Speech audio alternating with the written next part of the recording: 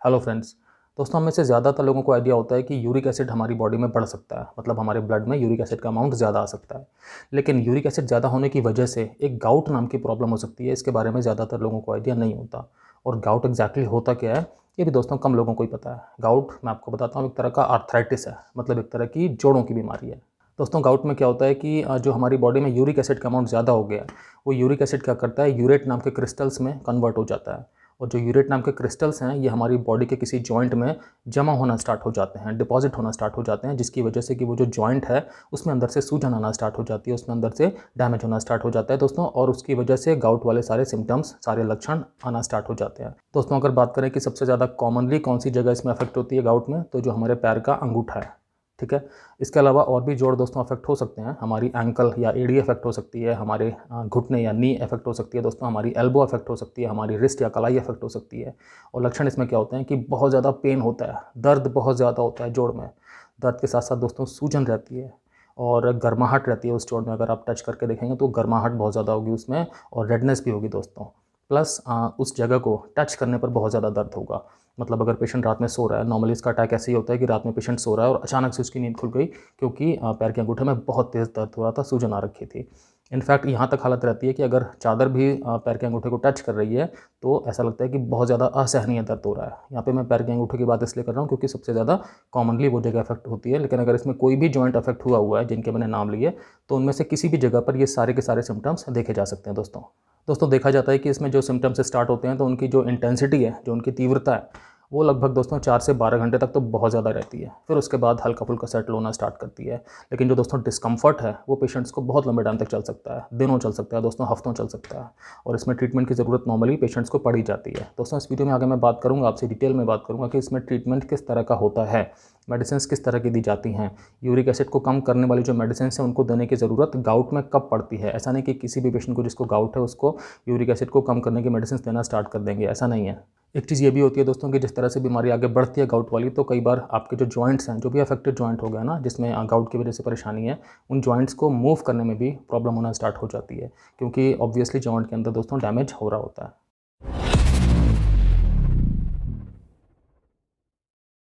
दोस्तों, मैं doctor Kamal Singh, x armed forces medical college, x Fortis hospital, x a lot of corporate hospitals. दोस्तों, मुझे 20 साल से भी ज़्यादा का क्लिनिकल एक्सपीरियंस है और मैंने critical care medicine, internal medicine, emergency medicine और दोस्तों फैमिली मेडिसिन में बहुत सारी प्रैक्टिस की है। दोस्तों, गाउट इसलिए होता है क्योंकि बॉडी में यूरिक एसिड का अमाउंट ज़्यादा हो जाता है। अब यूरिक एसिड का अमाउंट ज़्यादा होता क्यों है, तो उसके बारे में भी थोड़ा सा टच करना बहुत इंपॉर्टेंट है। मैं आपको शॉर्ट स्वीट बताता हूँ, लेकिन मैं आपको कोशिश करूँगा सारे पॉइंट्स जल्दी से बता देने की। तो दोस्तों, क्या होता है कि हमारी बॉडी के अंदर जब हमारी सेल्स उनकी डेथ होती है, तो क्या होता है, उनके अंदर जो प्रोटीन्स या डीएनए होते हैं ना, वो डाइजेस्ट होकर के प्यूरिन नाम का एक कंपाउंड बनाते हैं। ठीक है, ये प्यूरिन हमें दोस्तों खाने से भी मिल सकता है, कई तरह के फूड में भी दोस्तों प्यूरिन का अमाउंट होता है। तो ये प्यूरिन दोस्तों हमारी बॉडी में डिग्रेड होके, मतलब कि प्यूरिन जो है वो टूट करके और फिर यूरिक एसिड बनाता है। इस तरह से यूरिक एसिड बनता है। बल्कि अगर मैं रिएक्शन की बात करूं दोस्तों, तो प्यूरिन हाइपोजैंथिन बनाएगी, हाइपोजैंथिन से जैंथिन बनेगा और जैंथिन से यूरिक एसिड बनेगा। और दोस्तों, यूरिक एसिड हमारे लीवर में बनता है। और यूरिक एसिड दोस्तों जो बन गया वो लगभग 70-80% हमारी किडनी के ज़रिए, मतलब यूरिन के ज़रिए बाहर निकल जाता है जो एक्स्ट्रा होता है, और बाकी हमारे स्टूल के ज़रिए बाहर निकल जाता है जो एक्स्ट्रा होता है। बॉडी में दोस्तों यूरिक एसिड अपने नॉर्मल रेंज में रहे, ये चीज़ बहुत इंपॉर्टेंट होती है, क्योंकि यूरिक एसिड के बॉडी में बहुत अच्छे काम भी हैं। लेकिन अगर ये रेंज से दोस्तों बाहर जाता है, फिर ये खतरनाक हो जाता है। तो दोस्तों, जाहिर सी बात है, अगर आपके खाने पीने में प्यूरिन का इंटेक ज़्यादा है तो चांसेस रहेंगे कि यूरिक एसिड आपकी बॉडी में ज़्यादा हो जाएगा, जिसकी वजह से गाउट हो सकता है। तो क्या क्या दोस्तों खाने होते हैं जिसमें कि बहुत ज़्यादा अमाउंट में प्यूरिन होता है। जो भी दोस्तों मीट या मीट बेस्ड प्रोडक्ट्स हैं उनमें ज़्यादा होता है। साथ साथ दोस्तों जो अल्कोहल होता है उसमें ज़्यादा है। दोस्तों, फ्रक्टोज़ में भी बहुत अच्छे अमाउंट में प्यूरिन होता है। और नॉर्मली हम जो भी चीज़ें बाहर की होती हैं ना, खाने पीने वाली, जिसमें कि बहुत ज़्यादा मिठास होती है, जिस तरह से ड्रिंक्स होती हैं या जो कैंडीज़ होती हैं, जूसेस होते हैं, नॉर्मली जो भी बाहर के खाने पीने होते हैं, इसमें हाई फ्रक्टोज़ कॉर्न सिरप को यूज़ करते हैं मिठास लाने के लिए। तो इसकी वजह से हमारे शरीर में दोस्तों प्यूरिन का अमाउंट ज़्यादा आता है और फिर यूरिक एसिड ज़्यादा बनता है। तो आपको ध्यान रखना है कि अल्कोहल, फ्रक्टोज़, मीट वगैरह, बहुत ज़्यादा बीन्स या बहुत ज़्यादा दालें, इन सब चीज़ों का इस्तेमाल, अगर आपकी बॉडी में टेंडेंसी है यूरिक एसिड ज़्यादा होने की, तो थोड़ा सा एहतियात से करें, ध्यान से करें। दोस्तों, अगर बॉडी का वज़न ज़्यादा है, अगर आप ओवरवेट या ओबीस हैं, तब भी चांसेस रहेंगे कि यूरिक एसिड आपकी बॉडी में ज़्यादा बन सकता है। अगर आप किसी खास कीटो डाइट वगैरह पे हैं, या अगर आपने बहुत लंबी लंबी फास्टिंग स्टार्ट कर रखी है, व्रत रहना बहुत लंबे लंबे टाइम के लिए स्टार्ट कर रखा है, तब भी चांसेस होते हैं इसके बढ़ने के। दोस्तों, अगर आपका वजन अचानक से बहुत ज़्यादा कम हुआ है, तब भी यूरिक एसिड आपकी बॉडी में बढ़ सकता है। कई अलग अलग किस्म की दोस्तों मेडिसिन होती हैं जिनका सेवन करने की वजह वजह से भी यूरिक एसिड बढ़ जाता है। फॉर एग्जांपल बहुत हार्ट की मेडिसिन होती हैं, कई इस तरह की डायूरेटिक्स होते हैं, मतलब जो यूरिन को बढ़ाने की मेडिसिन होती हैं, हार्ट फेलियर के पेशेंट्स में या बीपी के पेशेंट्स में दी जाती हैं। साथ साथ दोस्तों इम्यून सिस्टम को रेगुलेट करने की मेडिसिन कई बार होती हैं, उनमें भी इफेक्ट होता है कि वो यूरिक एसिड को बढ़ा सकती हैं। दोस्तों लंबे टाइम के लिए एस्पिरिन बहुत बार लेनी पड़ती है पेशेंट्स को हार्ट की वजह से, तो उसके अंदर भी ये चांस रहते हैं कि यूरिक एसिड बढ़ सकता है। कई दोस्तों कैंसर के पेशेंट्स को कीमोथेरेपी की मेडिसिन लेनी होती हैं, उसकी वजह से भी यूरिक एसिड बढ़ सकता है। B3 या नियासिन, दोस्तों कई बार लोग विटामिन B3 के भी सप्लीमेंट्स लेते रहते हैं अपने आप बिना किसी ऐसी खास ज़रूरत के, तब भी देखा जाता है कि यूरिक एसिड का अमाउंट बढ़ सकता है। तो दोस्तों मेडिसिन तो ऐसी बहुत सारी हैं जिनका कि एक साइड इफेक्ट हो सकता है कि वो यूरिक एसिड को बढ़ा दें। अब दोस्तों क्या बात आती है कि बहुत सारी ऐसी जेनेटिक बीमारियां होती हैं जिनमें कि यूरिक एसिड बढ़ सकता है। For example Down syndrome, Lesch Nyhan syndrome, बहुत अलग अलग तरह के जीन्स में म्यूटेशंस होते हैं जिनसे यूरिक एसिड बढ़ सकता है। दोस्तों किडनी की बीमारियों में, मतलब किडनीज़ की कोई भी बीमारी है जिससे कि जो किडनी की अपनी एक कैपेसिटी होती है यूरिन बनाने की, अगर वो अफेक्ट हो रही है तभी दोस्तों हमेशा ये चांस बढ़ जाते हैं कि यूरिक एसिड जो है वो बॉडी में इंक्रीज़ कर सकता है। थायरॉयड ग्लैंड और पैराथायरॉयड ग्लैंड, अगर इनमें किसी किस्म की प्रॉब्लम है दोस्तों, फिर भी चांसेस बढ़ जाते हैं कि यूरिक एसिड आपकी बॉडी में इंक्रीज़ हो सकता है, गाउट होने की संभावना आ सकती है। दोस्तों कई बार क्या होता है कि हमारी बॉडी के अंदर जो हमारी सेल्स हैं वो जल्दी जल्दी नष्ट होना स्टार्ट हो जाती हैं। तो जब सेल्स जल्दी जल्दी नष्ट होंगी तो उनके अंदर का प्रोटीन और डीएनए, जैसे मैंने बोला था, वो जल्दी जल्दी डाइजेस्ट होंगे, तो प्यूरिन ज़्यादा बनेगा और वो प्यूरिन यूरिक एसिड में कन्वर्ट होगा जल्दी जल्दी, तो बॉडी में यूरिक एसिड का अमाउंट बढ़ सकता है।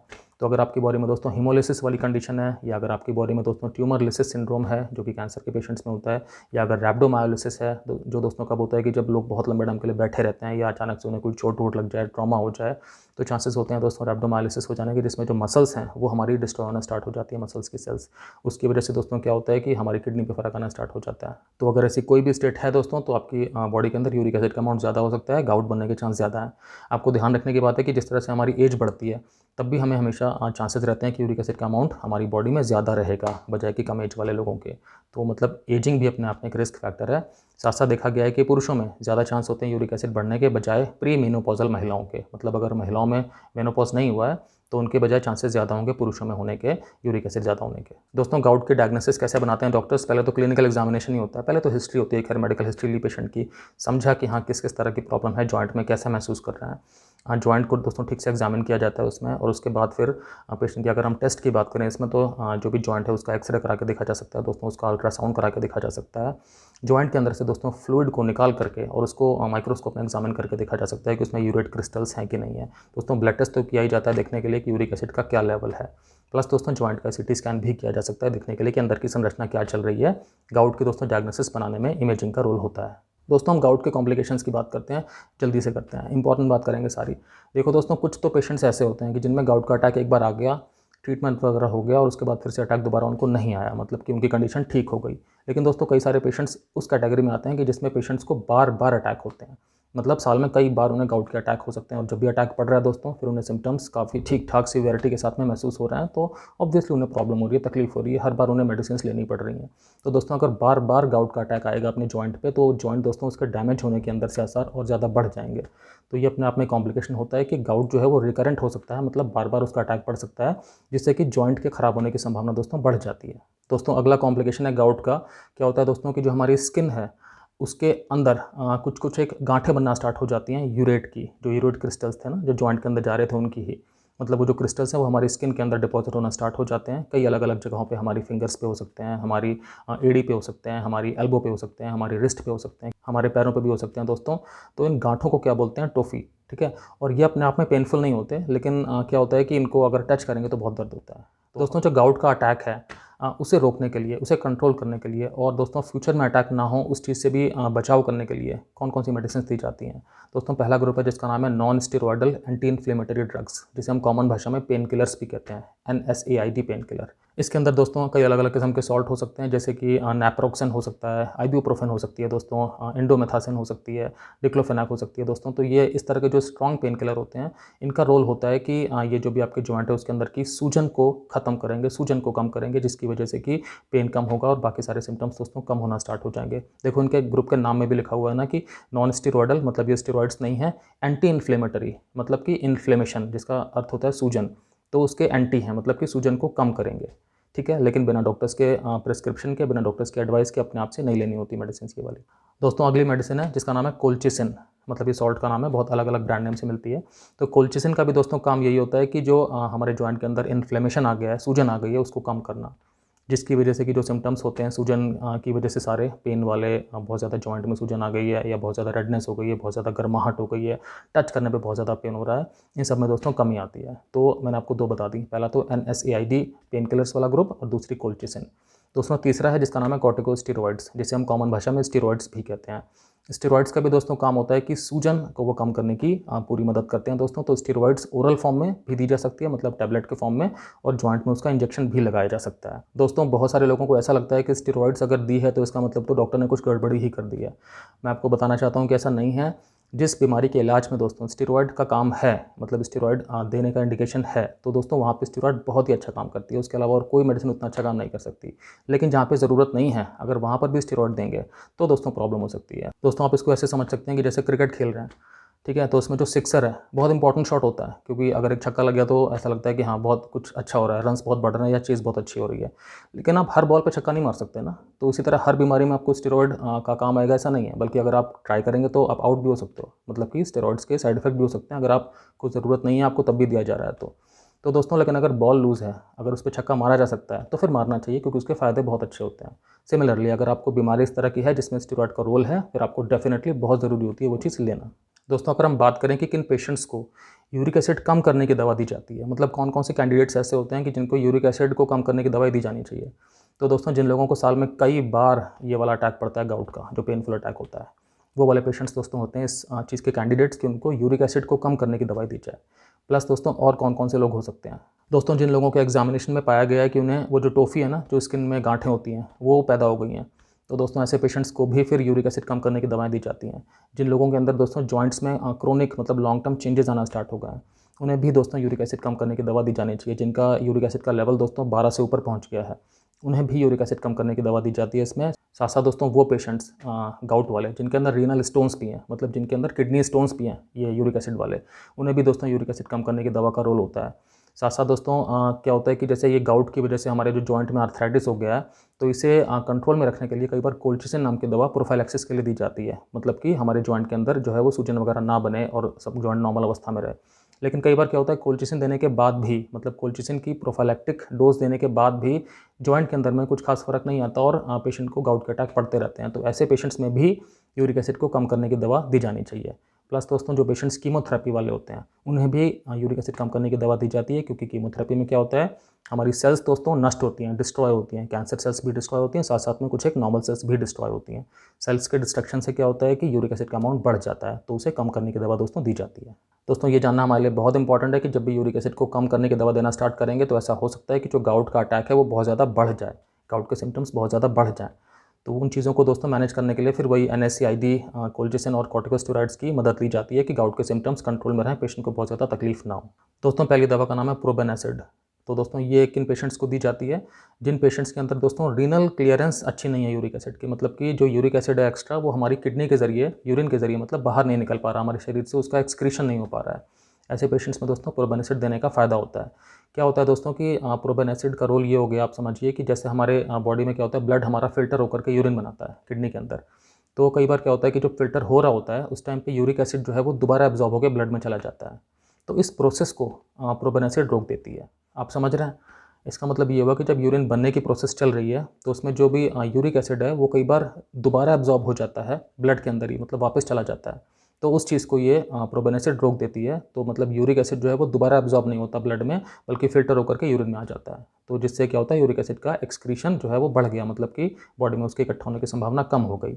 तो प्रोबेनासिड दोस्तों इस तरह से हेल्प करता है यूरिक एसिड को शरीर से बाहर निकालने की यूरिन के जरिए। दोस्तों इंपॉर्टेंट है ये जानना कि प्रोबेनासिड जब दे रहे होते हैं तो उस टाइम पे किडनी में स्टोन बनने की टेंडेंसी भी थोड़ी बढ़ जाती है। तो ये बहुत इंपॉर्टेंट है कि आपकी बॉडी में हाइड्रेशन अच्छा हो, पानी की कमी किसी भी तरह से ना हो, ताकि किडनी स्टोन्स बनने की संभावना भी दोस्तों कम रहे। दोस्तों जिन पेशेंट्स के अंदर यूरिक एसिड का ओवर प्रोडक्शन हो रहा होता है, अगर उन्हें प्रोबेनासिड दिया जाता है दोस्तों तो फिर ये चांसेस रहते हैं कि उनके अंदर स्टोन्स बनना स्टार्ट हो जाएंगे। तो बहुत ध्यान रखना होता है। प्रोबेनासिड का रोल दोस्तों वहाँ पर होता है जहाँ पे कि यूरिक एसिड शरीर से बाहर ठीक से नहीं निकल पा रहा, ना कि वहाँ पर जहाँ पे कि यूरिक एसिड का प्रोडक्शन बॉडी में ज़्यादा हो रहा है। दोस्तों ये भी इंपॉर्टेंट होता है कि प्रोबेनासिड को तभी यूज़ करते हैं जब क्रिएटिनिन क्लियरेंस जो है वो 40 cc पर मिनट से ज़्यादा हो। साथ साथ दोस्तों ये भी इंपॉर्टेंट होता है कि जो 24 hour urine for uric acid है, मतलब कि अगर 24 घंटे हम यूरिन इकट्ठा करेंगे तो उसमें जो यूरिक एसिड का अमाउंट है, उसकी मात्रा है, वो 800 मिलीग्राम पर डेसीलीटर से कम हो। ये चीज़ें इंपॉर्टेंट है दोस्तों। प्रोबेनासिड को रीनल फेलियर के पेशेंट्स में भी दिया जा सकता है, ये भी दोस्तों ध्यान में रखने वाली बात है। अब दोस्तों हम बात करते हैं अगली मेडिसिन के, जिसका नाम है एलोप्यूरिनॉल। दोस्तों एलोप्यूरिनॉल क्या करती है कि ज़ैंथिन ऑक्सीडेज नाम के एंजाइम को इनहिबिट करती है, मतलब कि उसे काम करने से रोकती है। और ये ज़ैंथिन ऑक्सीडेज नाम का एंजाइम दोस्तों क्या करता है? दोस्तों हमने पहले बात की थी ना वीडियो के स्टार्टिंग में कि यूरिक एसिड बनने की प्रोसेस में क्या होता है कि प्यूरिन से हाइपोज़ैंथिन बनता है, हाइपोज़ैंथिन से ज़ैंथिन बनता है और ज़ैंथिन से यूरिक एसिड बनता है। तो जो इसमें लास्ट के 2 स्टेप्स हैं ना, उसमें एक एंजाइम का रोल होता है ज़ैंथिन ऑक्सीडेज। वो एंजाइम अगर बहुत अच्छे से काम कर रहा है अपना, तो यूरिक एसिड बनता रहेगा। दोस्तों जो ये वाली दवाई है एलोप्यूरिनॉल, ये उस एंजाइम को, ज़ैंथिन ऑक्सीडेज को काम करने से रोक देगी, जिसकी वजह से कि यूरिक एसिड बनना बंद हो जाएगा। तो दोस्तों इसका काम यही है कि अगर ओवर प्रोडक्शन हो रहा है यूरिक एसिड का, तो एलोप्यूरिनॉल का दोस्तों अच्छा रोल है। दोस्तों अगर किसी पेशेंट को एलोप्यूरिनॉल दी जा रही है तो ध्यान रखना होता है कि उनके ब्लड के काउंट्स को चेक में रखें। कई बार प्लस माइनस हो जाते हैं दोस्तों। साथ साथ जो भी उनके लिवर के फंक्शंस हैं, जो उनकी किडनी के फंक्शंस हैं, ध्यान रखना होता है दोस्तों। इन चीज़ों को मॉनिटर करना होता है, सुपरवाइज रखना होता है। कुछ एक पेशेंट में दोस्तों इससे हाइपर सेंसिटिविटी भी हो सकती है, तो उसका भी ध्यान रखना होता है। दोस्तों एलोप्यूरिनॉल भी जो है किडनी फेल के पेशेंट्स में भी दी जा सकती है। साथ साथ इसका रोल दोस्तों दोनों कंडीशन में होता है, मतलब अगर आपकी बॉडी में यूरिक एसिड ओवर प्रोडक्शन हो रहा है तभी दोस्तों ये चीज़ दी जाती है। अगर रीनल क्लियरेंस ठीक से यूरिक एसिड की नहीं हो पा रही है, वहाँ पर भी इसका दोस्तों हेल्पफुल रोल है। दोस्तों अगली मेडिसिन है जिसका नाम है फेब्यूक्सोस्टैट। दोस्तों ये भी क्या करती है कि जो ओवर प्रोडक्शन हो रहा है यूरिक एसिड का, मतलब ज़्यादा प्रोडक्शन हो रहा है, उस वाली कंडीशन में दोस्तों बहुत यूज़फुल होती है, क्योंकि इसका भी वही काम है कि जो एंजाइम है ना ज़ैंथिन ऑक्सीडेज, उसको ये रोकती है। ठीक है। तो दोस्तों ये जो फेब्यूक्सोस्टैट है, इसमें क्या होता है कि अगर हम ये पेशेंट को दे रहे हैं तो हमें ध्यान रखना होता है कि उसका जो लिवर फंक्शन वगैरह है वो अफेक्ट ना हो जाए, क्योंकि ये एक साइड इफेक्ट होता है इसमें। तो दोस्तों मॉनिटरिंग इसमें स्ट्रॉन्ग चाहिए होती है। दोस्तों अगर पेशेंट के अंदर माइल्ड से मॉडरेट रीनल इम्पेयरमेंट है, मतलब कि जो पेशेंट की किडनीज़ हैं वो अगर ठीक से ब्लड को फिल्टर करके यूरिन नहीं बना पा रही हैं, उस काम में अक्षम है, तब भी दोस्तों ये जो फेब्यूक्सोस्टैट है दोस्तों ये दी जा सकती है, इसका रोल है। और दोस्तों ये दोनों तरह के पेशेंट्स में कामयाब है, मतलब कि अगर यूरिक एसिड का जो प्रोडक्शन है वो बहुत ज़्यादा हो गया है, या अगर यूरिक एसिड जो एक्सेस है बॉडी में, अगर वो ठीक से किडनी के जरिए उसका क्लियरेंस बॉडी के बाहर नहीं हो रहा, तब भी दोस्तों इसका बेनिफिट है। दोस्तों अगली दवाई का नाम है पेग्लोटिकेज। ठीक है फ्रेंड्स, अब दोस्तों बॉडी में होता क्या है कि जो यूरिक एसिड है ना, ये जो बाकी मैमल्स होते हैं नॉर्मली, उनके अंदर ये कैपेसिटी होती है कि वो यूरिक एसिड को भी जो है वो ब्रेक डाउन कर सकते हैं किसी और कंपाउंड में। ह्यूमंस में वो कैपेसिटी नहीं होती। तो दोस्तों क्या होता है कि एक यूरिकेज नाम का एंजाइम होता है, यूरिकेज। तो वो क्या करता है कि यूरिक एसिड को ब्रेक डाउन करके एलेंटोइन में बना देता है, जिसे कि फिर हमारी बॉडी बाहर निकाल सकती है। तो ह्यूमंस में वो चीज़ नहीं होती है। लेकिन दोस्तों इस मेडिसिन के ज़रिए क्या है कि बॉडी में वो कैपेसिटी आती है कि यूरिक एसिड भी ब्रेक डाउन हो जाए और एलेंटोइन बना दे, जो कि बॉडी में वेस्टफुल प्रोडक्ट्स के साथ में बाहर निकल जाए। तो दोस्तों जो पेग्लोटिकेज है ये दवाई, दोस्तों इसके अंदर बेसिकली यूरिकेज एंजाइम ही है। तो उससे क्या फ़ायदा मिलेगा कि यूरिक एसिड को दोस्तों ब्रेक डाउन होकर के एलेंटोइन बन जाएगा, जो कि एक सॉल्युबल पदार्थ है, मतलब कि घुलनशील पदार्थ है। ये हमारे यूरिन के ज़रिए दोस्तों हमारे शरीर से बाहर चला जाएगा। तो यूरिकेज दोस्तों नॉर्मली आईवी मतलब कि इंट्रावेनस थेरेपी होती है, मेडिसिन होती है, और ये नॉर्मली 2 हफ्ते में एक बार दी जाती है। मॉनिटरिंग में दी जाती है, डॉक्टर्स इसको पूरे सेटअप में देते हैं, क्योंकि इसमें साइड इफेक्ट्स वगैरह को भी साथ साथ में मॉनिटर करना होता है। दोस्तों पेशेंट्स को दवाई देने के पहले टेस्ट किया जाता है कि उन्हें कोई किसी किस्म की एलर्जी रिएक्शंस ना हो जाए, और दवाई देने के दौरान भी दोस्तों और उसके कुछ टाइम के बाद भी देखा जाता है कि पेशेंट को किसी किस्म की एलर्जी ना डेवलप हो जाए। ठीक है फ्रेंड्स, साथ साथ दोस्तों जिन लोगों को हार्ट की प्रॉब्लम्स हैं, कार्डियक प्रॉब्लम्स हैं, उनके अंदर भी पेग्लोटिकेज को दोस्तों थोड़ा सा सावधानी से, थोड़ा सा समझदारी के साथ में, ज़्यादा कॉशन के साथ में दिया जाता है। दोनों तरह के पेशेंट्स में पेग्लोटिकेज हेल्पफुल हो सकती है, जिनके अंदर यूरिक एसिड बहुत ज़्यादा बन रहा है, मतलब ओवर प्रोडक्शन हो रहा है यूरिक एसिड का, या जिनके अंदर दोस्तों जो किडनी के जरिए क्लियरेंस होता है उसमें कमी है। दोनों तरह के पेशेंट्स में ये हेल्पफुल हो सकती है। तो जो हमने सबसे पहली मेडिसिन की बात की थी ना, प्रोबेनासिड, वो सिर्फ उन पेशेंट में ज़्यादा हेल्पफुल थी, या उन पेशेंट में ही हेल्पफुल थी जिनमें कि किडनी के जरिए यूरिक एसिड का क्लियरेंस, एक्सक्रीशन नहीं होता बॉडी में। बाकी जो हमने सारी मेडिसिन की बात की हैं, एलोप्यूरिनॉल, फेब्यूक्सोस्टैट और पेग्लोटिकेज, ये दोनों ग्रुप के पेशेंट्स में हेल्पफुल हैं, लेकिन ज़्यादा हेल्पफुल होती हैं जिनमें ओवर प्रोडक्शन हो रहा है यूरिक एसिड का। ठीक है फ्रेंड्स, मैं समझता हूँ कि आपको कुछ समझ में आई होंगी मेडिसिन किस तरह से काम करती हैं गाउट में, किस तरह की मेडिसिन कब दी जाती है। अगर गाउट का अटैक आया हुआ है तो कई बार लोगों को लग सकता है ना कि मुझे तो यूरिक एसिड ज़्यादा है, गाउट का अटैक आया हुआ है, तभी डॉक्टर्स ने सिर्फ मुझे पेन किलर लिख करके भेज दिया है। तो भाई उस टाइम पे वही ट्रीटमेंट आपके लिए सही है शायद, तभी डॉक्टर्स ने ऐसा किया है, क्योंकि हर एक को यूरिक एसिड कम करने की दवा नहीं दी जाती। इसलिए मैंने आपको एक्जैक्टली बताया है कि कौन कौन से पॉइंट्स होते हैं, किस किस मतलब कौन कौन से कैंडिडेट्स ऐसे होते हैं जिनको यूरिक एसिड कम करने की दवा दी जानी चाहिए गाउट में, हर एक को नहीं दी जाती। देखो दोस्तों, मैंने कई तरह की आपको आपको मेडिसिन बताई हैं इसमें, जैसे मैंने NSAID पेन किलर्स बताई या मैंने आपको कोल्चिसिन बताई, कॉर्टिकोस्टेरॉइड्स बताए। आपको ध्यान रखना है दोस्तों कि हर किस्म की मेडिसिन में नॉर्मली ना साइड इफेक्ट्स होते हैं, तो ऐसे अपने आप कुछ भी नहीं करना है। स्टेरॉइड्स अगर लेंगे उसके अपने साइड इफेक्ट हो सकते हैं। स्टेरॉइड्स का बहुत टाइट शेड्यूल होता है, बहुत टाइट डोसेज होती है, हर एक पेशेंट के हिसाब से अलग अलग भी होती है, तो अपने आप से कुछ नहीं करना। कोल्चिसिन है दोस्तों, उसके अपने साइड इफेक्ट हो सकते हैं, पेन किलर्स के अपने हो सकते हैं। तो डॉक्टर्स क्या करते हैं, आपको ठीक से एग्जामिन करके ना उन्हें समझ में आता है आपके मेडिकल हिस्ट्री के हिसाब से कि आपको क्या चीज़ किस हिसाब से कितने ड्यूरेशन के लिए देनी चाहिए। आपको एक्जैक्टली वही करना है दोस्तों, और फॉलोअप आपको हमेशा रखना है डॉक्टर से। ये कभी नहीं करना कि हाँ मेडिसिन मैंने खाई, मुझे आराम पड़ गया, अब मैं घर बैठ गया या बैठ गई। अब जब कभी मुझे फ्यूचर में लाइफ में कुछ अटैक पड़ेगा तो मैं डॉक्टर का सेम जो पर्चा लिखा था उन्होंने, वही मैं मेडिसिन लेकर के फॉलो कर लूँगी। ये गलत होता है दोस्तों, क्योंकि किस टाइम पर क्या हुआ है, किस टाइम पर कितनी मेडिसिन की ज़रूरत है, वो आपको नहीं पता लग पाएगा दोस्तों। मेडिकल साइंस हमें लगता है कि सिंपल होती है सुन करके या कुछ पढ़ वढ़ के हल्का फुल्का। दोस्तों मेडिकल साइंस एक कॉम्प्लेक्स चीज़ है, हर एक की बॉडी एक जैसा बिहेव करे, एक जैसा रिएक्ट करे, ज़रूरी नहीं होता। फिर क्या होता है, ब्लेम डॉक्टर्स पे आ जाता है। तो आपको, मैं ऐसा नहीं कह रहा डॉक्टर्स भी गलत नहीं होते हैं, लेकिन ज़्यादातर दोस्तों डॉक्टर्स को एक्सपीरियंस होता है, अनुभवी होते हैं, और उन्हें ये पता होता है कि वो क्या चीज़ के साथ डील कर रहे हैं, कैसे डील करना है। जो मैंने आपको यूरिक एसिड कम करने की भी दवाएं बताई हैं दोस्तों, उनके अंदर भी हर एक मेडिसिन के अंदर अपना साइड इफेक्ट होता है। तो आपको बहुत इंपॉर्टेंट है कि डॉक्टर्स की सारी बात मान के चलें। प्लस आपको अपनी लाइफस्टाइल में भी दोस्तों ध्यान रखना है। अगर गाउट है कि जो भी यूरिक एसिड को बढ़ाने वाली चीज़ें होती हैं उनसे आप उनका कंजम्पशन कम से कम करें, मतलब अपनी हेल्थ कंडीशन के हिसाब से डॉक्टर से डिस्कस करके डाइट चार्ट अपना बनवा लें और उसके हिसाब से उसे फॉलो करें।